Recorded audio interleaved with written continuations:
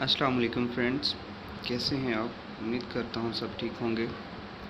आज हमारा topic PPSC lectureship economics test जो कि 4 जुलाई 2021 को कंडक्ट हुआ उसके बारे में है और आज हम इसके पार्ट 2 के बारे में डिस्कस करेंगे। तो सबसे पहला एमसीक्यूज़ जो पूछा गया था, who is the mother of all sciences? तो इसका करेक्ट जवाब जो है वो मैथमेटिक्स है। Second, dummy variables always remains between 0 and 1। तो दूसरा एमसीक्यू था, डमी वेरिएबल्स के बारे में पूछा गया था, तो इसकी वैल्यू जो है वो 0 या 1 की होती है। और डमी वेरिएबल जो है वो इंडिकेट करता है किसी भी कैटेगोरिकल इफेक्ट की प्रेजेंस और एब्सेंस के बारे में, और इसे रिग्रेशन एनालिसिस में इस्तेमाल किया जाता है।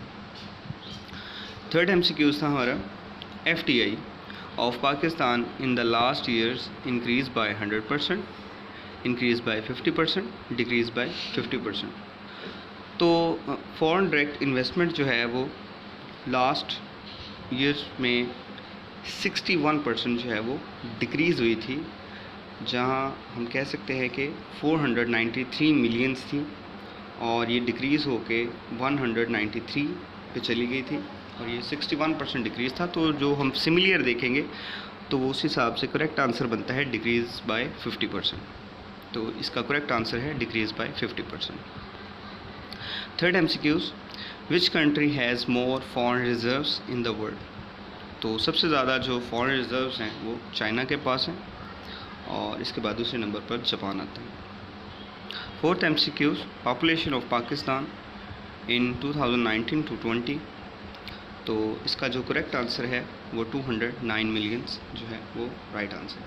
2017 में 197 था, और 2018 में 200 मिलियन, 2019 में 204 मिलियन, 2020 में 208 मिलियन पे चला गया था।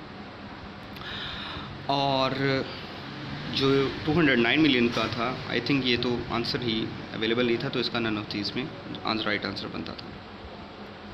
Next MCQs, if A set has only one element it is called singleton, unitary set, variable set. तो इसका जो करेक्ट आंसर बनता है वो है सिंगलटन, क्योंकि इन मैथमेटिक्स सिंगलटन इसको यूनिटरी सेट भी कहते हैं और इसका एग्जैक्टली एक एलिमेंट होता है, तो इसको हम सिंगलटन बोलेंगे। Next MCQs, theory of firm stipulates to maximize profit. तो बेसिकली जो फर्म का मकसद होता है वो अपने प्रॉफिट को मैक्सिमाइज़ करना होता है, तो इसका राइट आंसर तो बनता है प्रॉफिट मैक्सिमाइजेशन, लेकिन प्रॉफिट मैक्सिमाइजेशन का आई थिंक ऑप्शन अवेलेबल नहीं था, तो इसकी वजह से राइट आंसर जो हम कंसिडर करेंगे वो सेल रेवेन्यू का बनता है। अगर आप भी इसके बारे में कुछ जानते हैं तो ज़रूर कमेंट में बताइएगा कि आपके लिहाज से राइट आंसर कौन सा बनता है, लेकिन मेरे लिहाज से sale revenue is a right answer. Next MCQs, who is the chief election commissioner, chief election officer of Pakistan? तो जो चीफ इलेक्शन कमिश्नर हैं वो सिकंदर राजा हैं, और इनको प्रेसिडेंट ऑफ पाकिस्तान ने 27 जनवरी 2020 को जो है वो अपॉइंट किया था for the period of 5 years.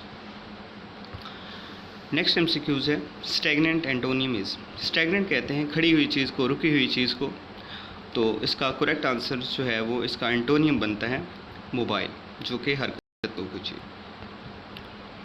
Next MCQs, if coefficient of correlation is यहाँ पे 0.60 है, 0.60, what will be the coefficient of determination?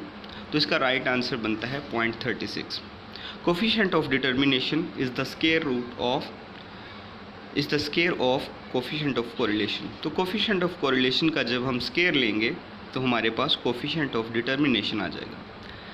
0.60 का जब हम स्क्वायर लेंगे तो वो 0.36 हमें पॉजिटिव में दे देगा, तो इसका आंसर बनता है 0.36। माइनस में नहीं बल्कि ये पॉजिटिव में आएगा स्क्वायर रूट लेने की वजह से। Thank you for all for watching this video. Please like the video and subscribe my channel. Thank you so much.